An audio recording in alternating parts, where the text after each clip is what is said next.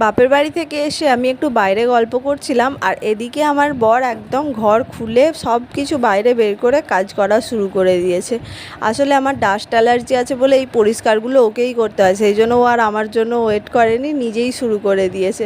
সব জিনিসপত্র ঘর থেকে বাইরে বের করে দিয়েছে, দিয়ে আর এদিকে ঝাঁটপাট দিতে শুরু করে দিয়েছে। এসে দেখছি ঝুল টুল ঝাড়া হয়ে গেছে, সব কিছু পরিষ্কার করা হয়ে গেছে।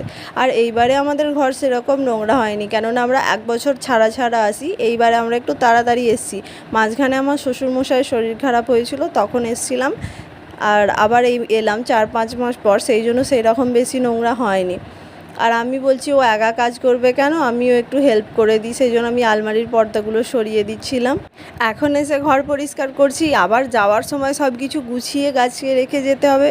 আবার ওখান থেকে যখন এসেছি সেখানে সব কিছু গুছিয়ে রেখে দিয়ে এসেছি, আবার গিয়ে ওখানের ঘর পরিষ্কার করতে হবে। সারা বছরে মানে 4-5 বার